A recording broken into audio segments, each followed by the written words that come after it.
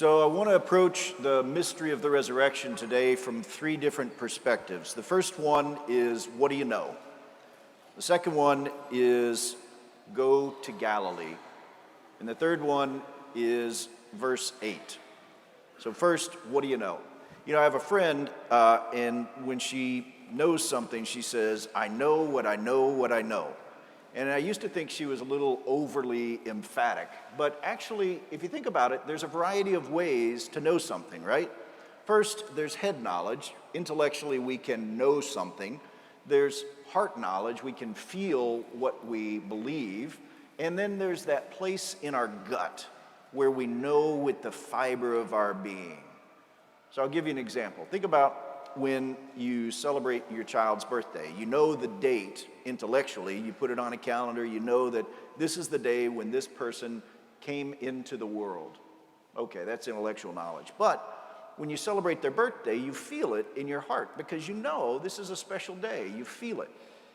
But the actual day when they were born, when you were there and you greeted this beautiful creature, you knew in the fiber of your being that you would always love this child. There's different ways to know. And so today, we gather together today because the church knows something that it wants to share. And that's what Peter's talking about in the first reading. And we know the story, right? We know that the Son of God was born as a little child in Bethlehem, and he was placed in a manger. And that little child grew up, and he learned to talk and walk, and he wandered around the region of Galilee, and he was baptized, and he taught, and he healed people, and he fed people, and he forgave sins, and then he went to Jerusalem. And we know that when he went to Jerusalem, he was arrested, he suffered, he was killed on a cross and buried, and then we know that the church proclaims that he rose from the dead. We know that mentally, intellectually.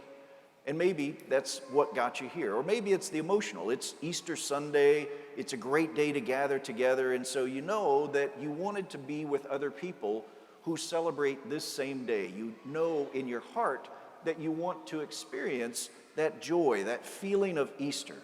That's good. And then there's that third level, that level where you know in the fiber of your being that this life is not the sum total of us, that there is something about us that goes beyond this world. I know that. I feel that in the fiber of my being. I know that that is true. Now, maybe you're not there yet, and that's okay. Maybe you're here because you know the story that the church proclaims to be true.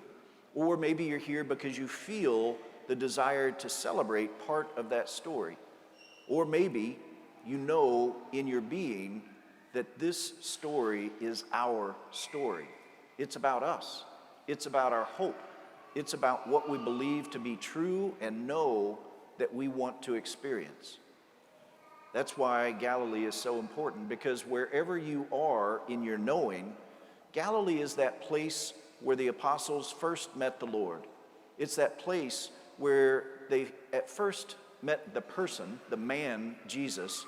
Then they followed the prophet Jesus, and then they proclaimed him as their Lord and Savior. But it's a process. It's gradual. It doesn't happen all at once. And then, in the gospel today, the women who went to the empty tomb were told to tell the apostles to go back to Galilee. Now, you don't have to physically go to Galilee, but if you do, it's a really nice place. It's beautiful. It's got lush green hills that are rolling down to the Sea of Galilee. It is a gorgeous place. In fact, it looks a lot like East Tennessee. It's fantastic. But you don't have to go there physically because Galilee is right here. Galilee is wherever we encounter the Lord face to face. It's where we first maybe meet a man and then hear his prophetic words, and then hopefully over time come to realize that those words are meant for me, that this person is my Lord and my Savior. Why does that matter? Well, it matters because of verse 8. You see, in Mark's gospel, we read from the 16th chapter today. We read verse 1 to 7, which is really beautiful. It's the story of the resurrection. The women go, they find the empty tomb. The angels say he is risen. go and tell Peter and the disciples, I am going to meet you in Galilee. The end, right? Except it's not the end. There's verse 8. Verse 8 is the actual ending of Mark's gospel. Here's verse 8. The women were bewildered and terrified, and they ran away from the tomb, and they said nothing to no one. The end. That's a really crappy end.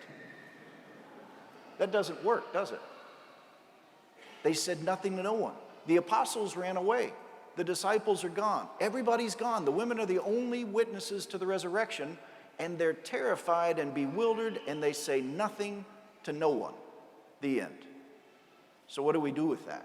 Well, early readers of Mark's gospel found that ending so unsatisfactory that they wrote a longer ending. But it's not the real ending. The real ending is what happens in verse 8, and it's intentional. The gospel writer wanted us, the listeners, the readers, to know that if we do nothing, nothing will happen. The message has been given to us. We've been there the whole time. We were there at his birth. We were there when he preached. We were there when he healed and forgave sins. And we were there when he suffered and died. And now we're there at the tomb. We also are witnesses to this resurrection. And if we say nothing to no one, nothing will happen. And so wherever you're going after Mass today, someone is going to smell you. And they're going to say, have you been at a barbecue?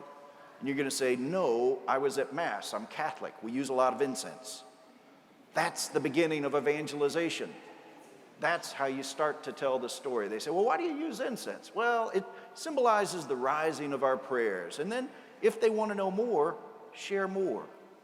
But you weren't at a barbecue. You were at the Mass of the Resurrection because we know that this story is true.